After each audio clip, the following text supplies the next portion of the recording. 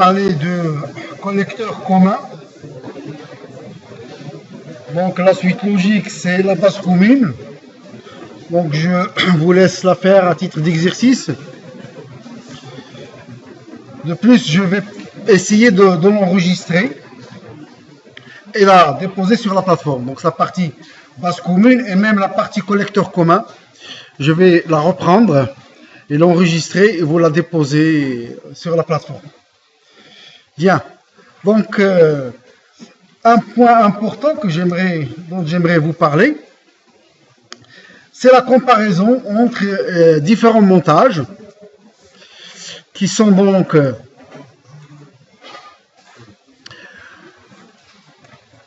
le montage émetteur commun, le montage collecteur commun et le montage base commune. Ça permet de fixer les idées, d'une part. Il y a quelque chose qui ne va pas? C'est bon? Donc ça permet de fixer les idées au niveau de montage. Donc ici vous avez montage. Donc ici nous avons l'émetteur commun, le collecteur commun et la base commune. Comme je viens de le dire, donc par rapport aux autres sections, donc j'ai pris beaucoup de retard. Donc le montage base commune qui est décrit dans le polycope, je vais l'enregistrer et je vais le déposer sur la plateforme. Bien, au niveau de l'émetteur commun, ici on va mettre des valeurs numériques.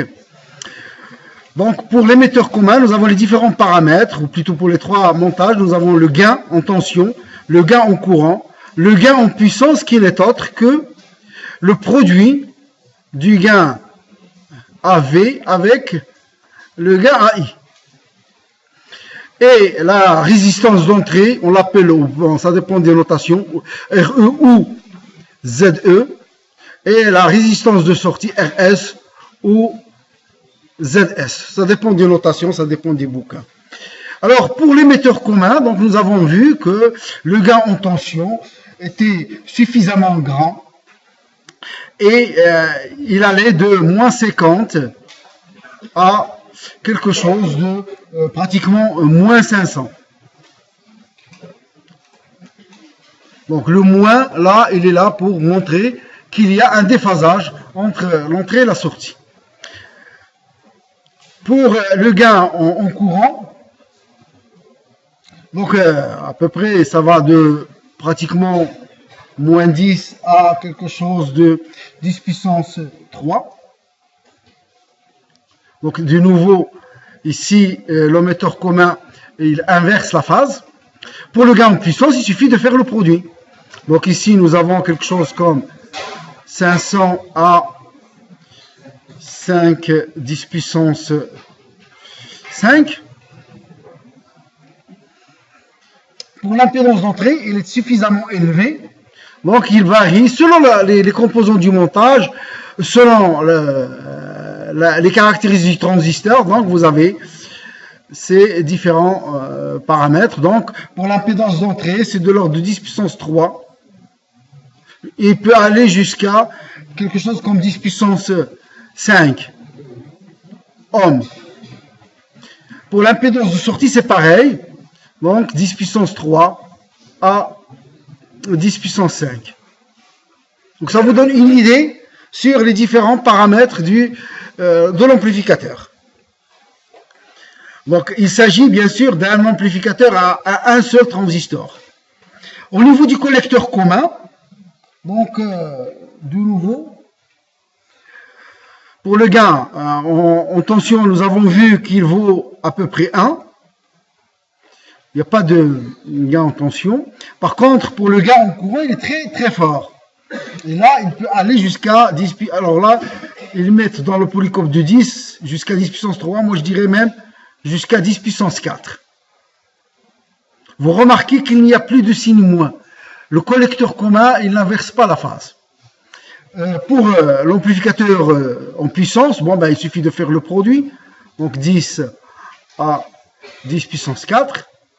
C'est le produit de cette colonne par celle-ci. Par contre, pour l'impédance d'entrée, ben, l'impédance d'entrée, il peut aller, je dirais, de 10 puissance 3 à 10 puissance 6 ohms. C'est une impédance très très forte. Ici, c'est une impédance, on dit moyenne, mais ici, c'est une impédance d'entrée très très forte. Et pour l'impédance de sortie, ben, ça peut aller de 1 à 10 ohms. Sur le polycom, c'est marqué 100.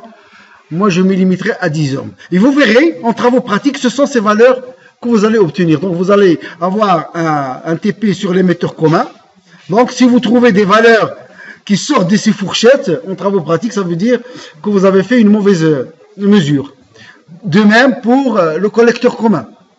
Alors, le collecteur commun, vous pouvez trouver peut-être moins de 1 ohm. C'est possible. Pour l'impédance de sortie pour un collecteur commun, parfois on mesure moins de 1 ohm, c'est tout à fait possible. Alors, pour la base commune, donc c'est le gain en tension, c'est de 50 à quelque chose comme 500. Donc vous verrez sur le polycope ou bien sur l'enregistrement que je ferai, donc je ferai des applications numériques. Alors pour le gain en courant, il est égal à 1, très faible. Pour le gain en puissance, donc c'est de nouveau 50 à 500.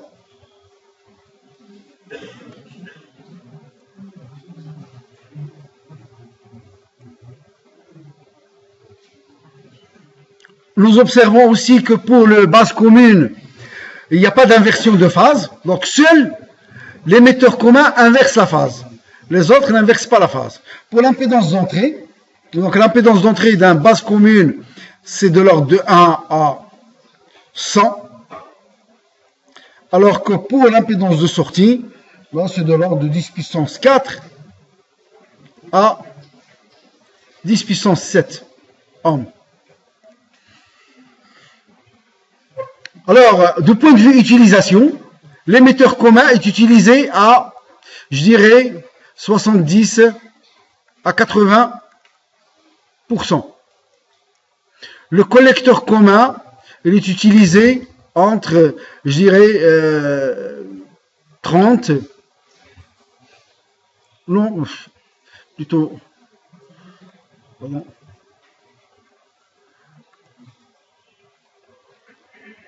20% à peu près. Alors que la base commune, c'est 5%. À peu près. Hein. Donc l'utilisation, donc vous verrez que l'émetteur commun, c'est le plus utilisé. Alors que le collecteur commun, qui est un tampon, il est très peu utilisé, mais il est beaucoup plus utilisé que la base commune, qui lui n'est utilisé qu'en haute fréquence. Bien. Alors voilà, ceci termine, si vous voulez, la partie sur l'amplificateur à transistor bipolaire. Donc, on va s'intéresser à l'amplificateur à transistor à effet de champ. Donc, TEC ou FET. Alors, FET, c'est Field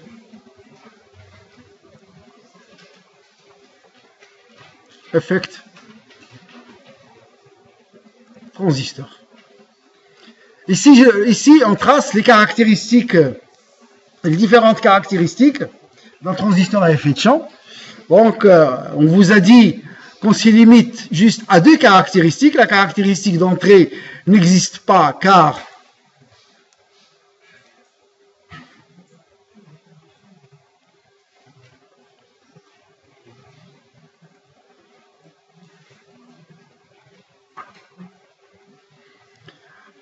IG est égal à 0. Donc il ne reste que la caractéristique de transfert.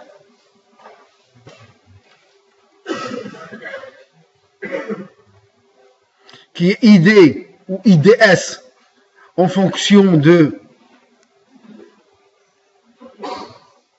VGS.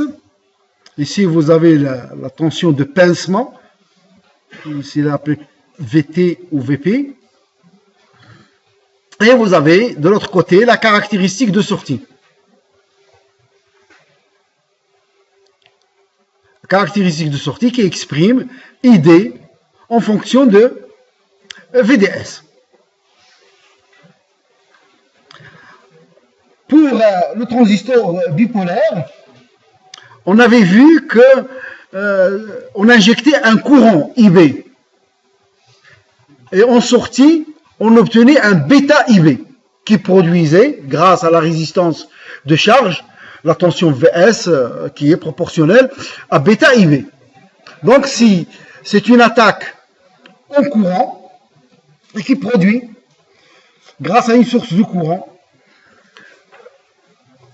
la tension de sortie. Ici, pour le transistor à effet de champ, c'est la tension VGS qui est à l'entrée. Donc c'est une attaque en tension. Et grâce à VGS, donc en entrée, on obtient en sortie un courant IDS qui produit VDS. Donc le transistor TEC, c'est donc une source de courant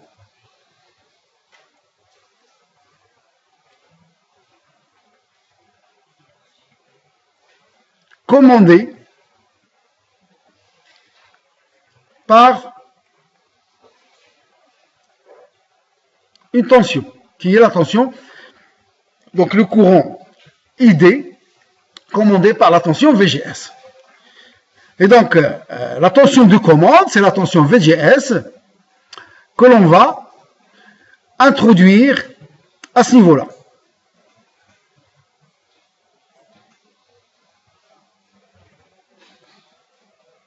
En dynamique. Donc sur la gate ou sur la gâchette, sur la grille, donc si tout ça c'est pareil, donc on va injecter un signal sinusoïdal ici, VGS. Alors, qu'est-ce qu'il a pour effet ce signal VGS? Donc il va faire déplacer le point de fonctionnement qui est obtenu grâce à la droite d'attaque et à la caractéristique de transfert, donc l'intersection, le point de fonctionnement. Donc le point de fonctionnement va se déplacer entre ces deux points, A et B.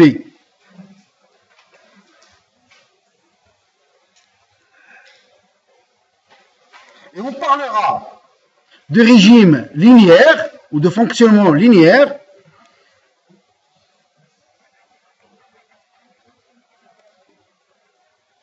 si nous avons ID, si vous voulez, est égal à K VGS. Avec K, une constante. Pour que K soit constant, il faut pouvoir assimiler cette portion de courbe à une droite, à un segment de droite. Alors pour cela, il faudra que VGS soit suffisamment faible. Et à ce moment-là, on a une proportionnalité directe entre ID et VGS. Et ce courant ID, on va l'obtenir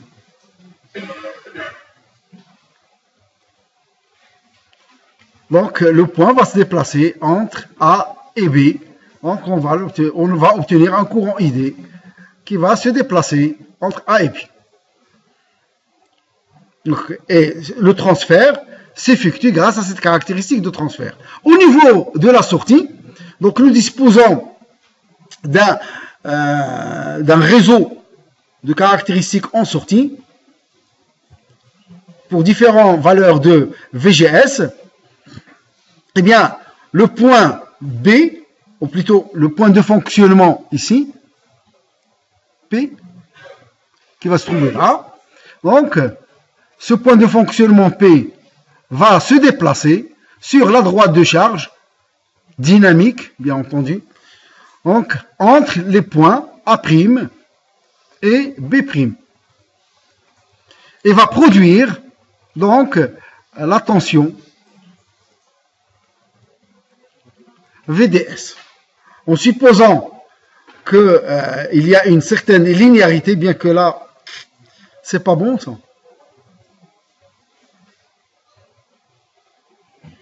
Là, on devrait décaler les caractéristiques vers la droite.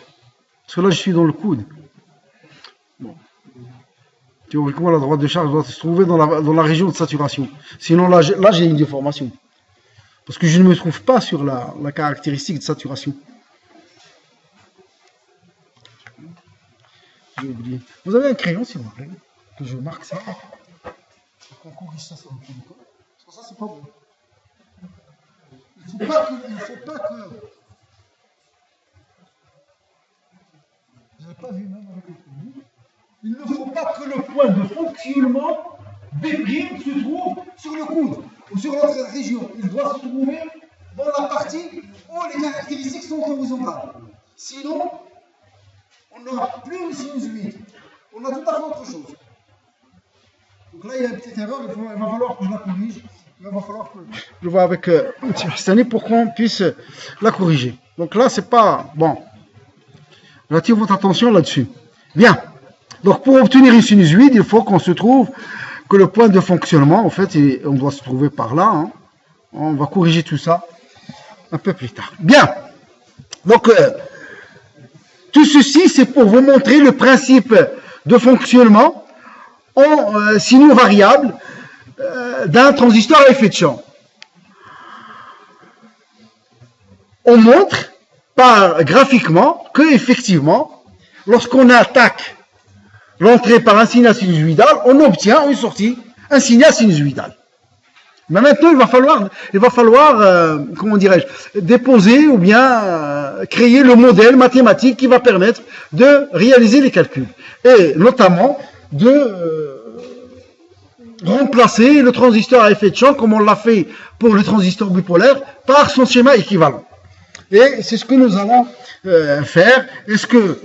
C'est ce qu'on appelle le modèle en régime dynamique.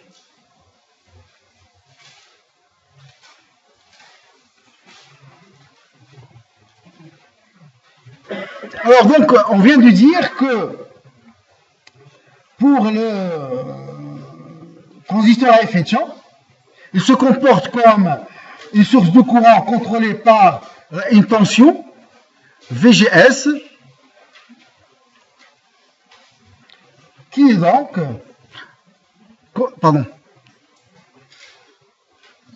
contrôlée par une tension VGS. Cette tension donc contrôle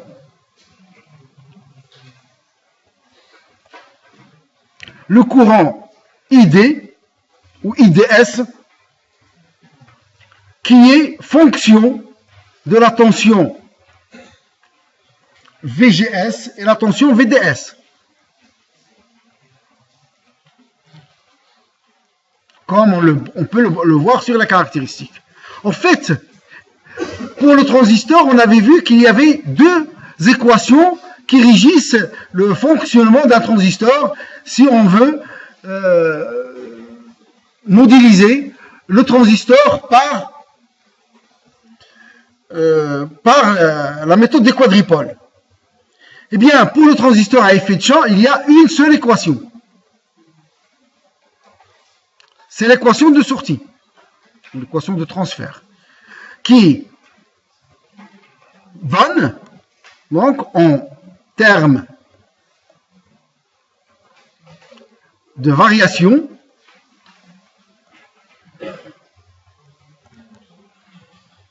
delta ID, ou delta IDS, qui est égal à D de ID sur D de VGS, delta VGS, plus c'est cette équation que je développe, bien dont je parle des variations, D ID sur D de VDS, delta VDS. Donc c'est cette équation Moi, je fais le développement en dérivé partiel. Alors, nous avons, en termes de notation, dit que les variations sont des minuscules avec des indices minuscules, est égal à un certain terme. C'est un rapport d'un courant par rapport à une tension. Donc c'est une conductance. Comme il ne s'agit pas du même composant, parce que là, ID c'est le courant de sortie et VGS c'est la tension d'entrée. Donc ils sont très séparés l'un de l'autre. Donc il ne s'agit pas du même composant. Alors c'est pour cela que ce n'est pas une vraie conductance. C'est une transconductance. Donc ceci c'est une transconductance qu'on va appeler GM. GMS. GM. Alors le delta, donc ça c'est ID, et le delta VGS, donc c'est petit VGS. Plus, de la même façon, c'est un courant de sortie sur une tension de sortie. Donc ça concerne bien un composant de sortie. Donc c'est un courant sur une tension, c'est une conductance. Donc ici, on va l'appeler GDS fois VDS. Donc ici, nous avons l'équation, la seule équation qui va nous permettre de modéliser notre transistor à effet de champ. Avec GM, c'est une constante et qu'on appelle une transconductance.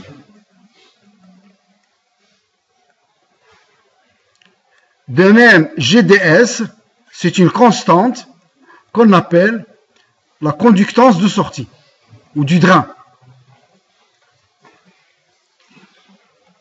C'est en fait la résistance du canal.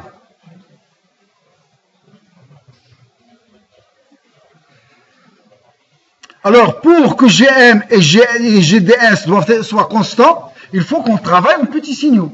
Il faut que la courbe doit être assimilée à ce segment de droite. Alors, à partir de cette équation, c'est l'équation de sortie. Il n'y a pas d'équation d'entrée. On va déterminer le schéma équivalent du transistor.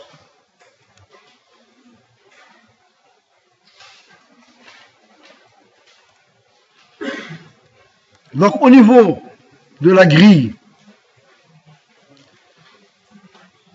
et de la source, nous avons la tension VGS et rien d'autre. Il ne se passe rien. Donc c'est un circuit ouvert. Le courant IG est égal à 0 parce que on a une diode polarisée en inverse qui présente une résistance très très élevée. Pour le circuit de sortie, il s'agit du courant ID qui est là et qui lui va se partager en deux courants. Il va se partager en courant GM-VGS. Donc comme GM est une transconductance, donc le produit GM-VGS, c'est un générateur de courant.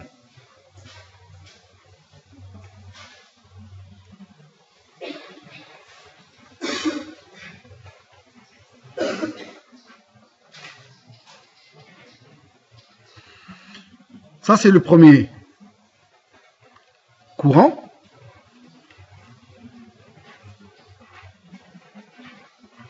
Auquel on va rajouter plus. Donc, ID vient là. Donc, il y a une partie qui part ici. C'est le GM VGS plus le courant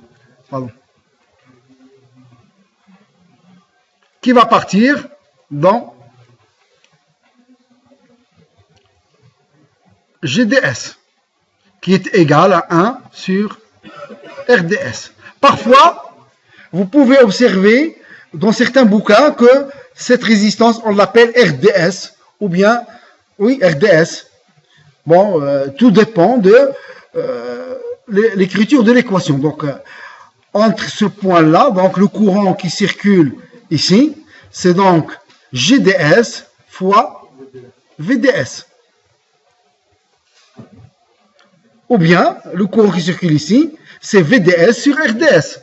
C'est pareil. Donc, ça n'a pas de... Donc, voilà le schéma équivalent du transistor à effet de champ. C'est très simple. Il est facile à réaliser et ça permet des calculs très très simples. Pour les gens qui seront intéressés par la plateforme, les gens qui ne sont pas intéressés peuvent ne pas mettre leur nom, leur numéro. Hein. Bien. Alors, ceci étant dit, on va utiliser ce transistor à effet de champ pour réaliser un amplificateur. Il y a 3 types d'amplificateurs. On ne va pas les faire tous.